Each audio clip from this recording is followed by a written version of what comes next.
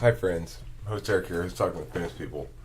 I've got a bit of a new setup going on in this garage, and it's because the monitor on my laptop broke the screen. So I've got the big TV out here now, and it's much nicer. I can see things a lot better. And however, it means that I have to look up to see the screen a little bit. So, and it also means that the way I've got things positioned here, I can't use the camera on the laptop because I've got the TV on this thing and it cuts off the picture. So anyway, the title of this video is the real explanation for the 26 million year extinction cycle. There's one explanation that makes more sense than anything else. That this is a simulation being played on multiple levels of game. That you can play World Builder, you can play, or once it gets opened up. So look, it's like, it starts off and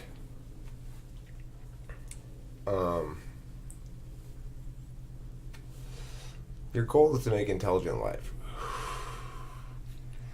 Now, the exact processes by which various species come into place is just sort of, who knows? Maybe they just pop into being or whatever. But, after all, it's a simulation.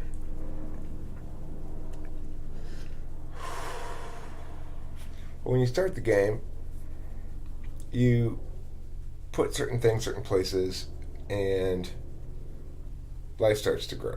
Because if you have niches available, then life will start to go there, appear there, and take advantage of the resources. And as they do so, naturally the environment that you provide for those creatures, in other words, the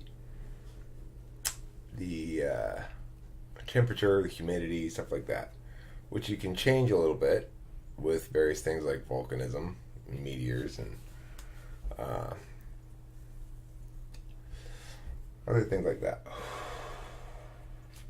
So the thing is, the reason it's about a 26 million year cycle is because it takes about that long of game progress before you feel like you've exhausted that course of that avenue of attack. You're trying to get to intelligent life, which is the most interesting thing that you can get to in the game, because then it unlocks all sorts of other shit that you can do, right?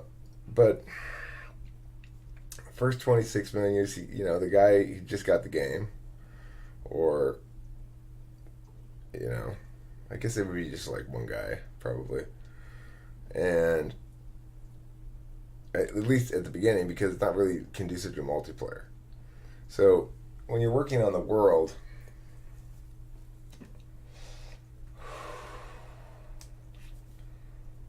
yeah, it starts getting multiplayer when you start getting a lot of life on the planet. Then you can play the various life forms if you want. You can be the life form. Like right now, somebody's playing me. I'm playing me. But the I that's playing me won't, for him, this is just a blip in his life. This whole life of mine is just a blip of a game in a much longer life that probably itself is being played by somebody else at an even more extended time frame. So the thing is, the guy who started it off, he messed up a number of times before he got the right approach. See, first he made it too watery and not enough diversity of things or whatever, and all he got were these corals. That's all he could manage to get. But he fucked up somehow. He did something wrong, I mean, the game's not supposed to be that easy, so that's why. And so then he destroyed everything. It took about the equivalent of 26 million of our years before he could determine for sure that it's a dead end. I'm not getting an intelligent life. And then another 26 million years, another dead end. Start over. How do you start over? Meteors, volcanoes, whatever. You can set those things off by putting it on disaster mode. And you can't just set the temperature. You gotta work. You gotta geo engineer the environment with things. And all you have to do is geoengineer an environment that's conducive to life. It doesn't have to be a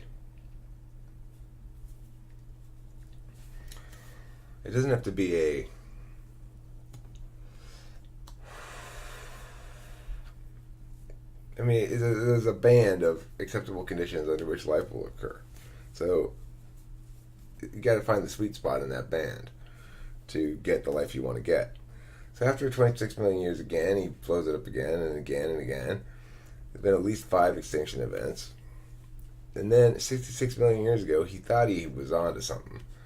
That 26 million years, it was like, I got all these fucking dinosaurs. Oh my god, this is crazy. Look at all this life I got. Eric, Yeah. I made you coffee. Thank you, darling.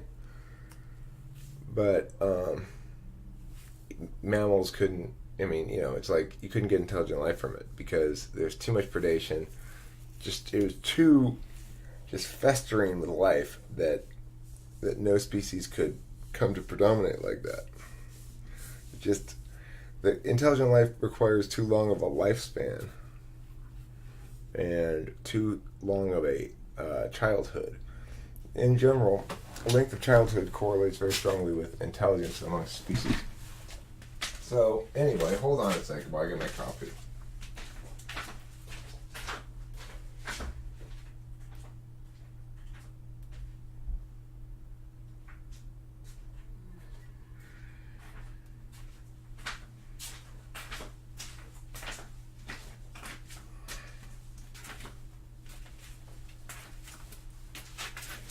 Okay, so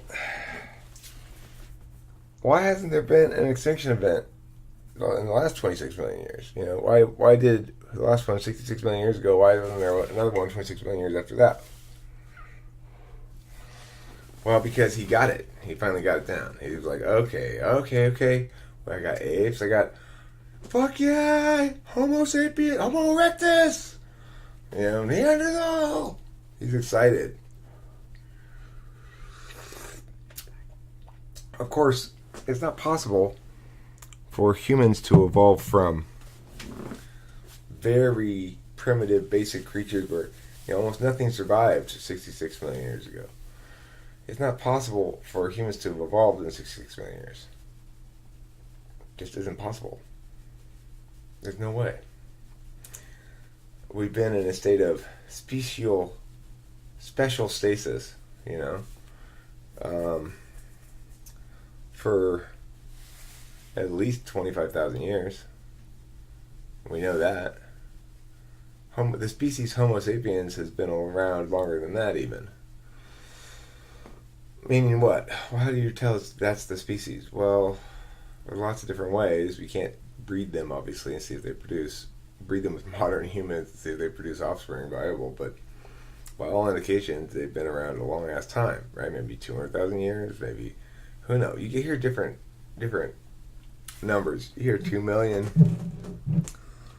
If we've been the same species for 2 million years, and then if it's an ongoing state of evolution, it's extremely slow. And there's no way we can have gotten there from. But I mean, how many generations? Again, is the question. Does it take to get from? Well, let's even be generous and say a titmouse to a human. It's going to take, given the fact that the generations get longer, the species gets more complex, it's not possible. It just isn't possible. So, we have a better explanation, which is the one I gave right now. So, we're lucky because he he figured it out, and so here we are. Now, once you unlock intelligent life, then it becomes massively multiplayer, and people can have the immersive experience of a life on Earth. And then when they're done playing, they go and maybe they do something else. I don't know. Maybe go get coffee with their friend. You can imagine that we might look different than they do, but we're probably basically the same, like in terms of personalities and stuff. You got to assume that this simulation is almost certainly based on the way intelligent life manifests in the base reality, so to speak, wherever that is, if there is one even. But I think another thing I should note is he turned off aliens. He turned off aliens for most of the game, and he's just recently turned them back on. And so very slowly will we start to get more and more evidence of aliens. They won't. It's like the game doesn't want them to just come attack you right away, because they'll just destroy you if you're not technologically advanced enough. So, he had turned it off because he didn't want them to get destroyed right away. Or you could turn it off, I guess. Maybe one of the Extinction events was aliens coming and blowing everything up, and then he's like, fuck that, I'm turning aliens off.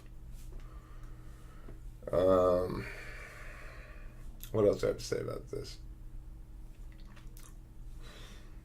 I'm going to make a video in a little bit about NI grip state. But let me just say that the key issue with the evolution thing is how good is your NI? Because, well, I'll go into it more later on, but if your NI is good, you're going to agree with me. If your NI is poor, you're going to find other NI statements that would seem to contradict and go with those instead. Fourth slide NI, for example, is likely to say something like, everything's always changing. There's no such thing as stasis. Okay, because of course they're not using, especially if they're not using introverted thinking, which, then they've got a real problem with understanding things. Because it's like, okay, well, but humans are different than dogs, right? Yeah. And humans continue to be humans generation after generation, and dogs continue to be dogs generation after generation, right? Yeah, but they're constantly changing. Yeah, I know everything's constantly changing. Okay, fine. The point is, we can adjust the zoom level. Everything's constantly changing if you zoom out far enough, or zoom in far enough, whichever way you want to look at it. The point is, like right now, for example, this desk that I'm sitting behind, it's not going anywhere. It's not doing anything as far as my perception goes. Now, it's true, if I zoom in really, really close, I can see electrons moving around and stuff. See, it's constantly changing. It's true that it's kind of getting eroded slightly by the gentle breeze or something. But from my perspective, in other words, within this frame, it's an unchanging object compared to things that do change, such as my hand right now is moving around. The desk is not. This distinction is necessary to make in order to exist. We don't exist in a world where everything is constantly changing, because if we were in that frame of reference, then we'd be completely untethered. So, understanding stasis. It is absolutely the case that species do not continually evolve. No scientist disputes that. They might be undergoing continual gene pool variations, but you've got to remember that the larger the population is, the less likely it is to evolve by the mechanisms that most people think of as being evolutionary. Things like mutation, isolation, genetic drift, blah, blah, blah. So it's as soon as the population gets to about 100, genetic drift ceases to be a meaningful factor. And, the whole idea of mutation being a meaningful factor is crazy if you think about it, because you'd have to be massively successful reproductively, massively more so than your species mates, to have that huge of an impact on the gene pool. It's true something could come and kill off all of the birds that have a slightly shorter beak, but really, aren't you stretching it a little bit now? That happens all the time, and that's where all the species come from. And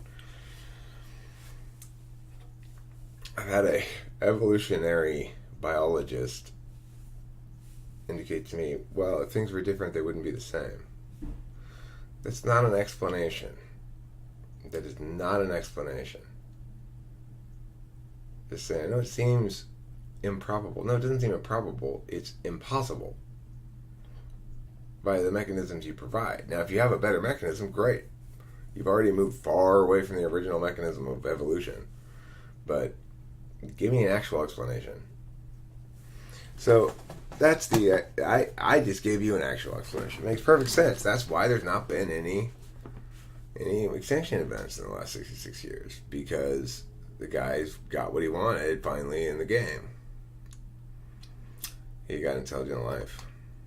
Thanks for watching. Don't forget to eat plenty of cheese.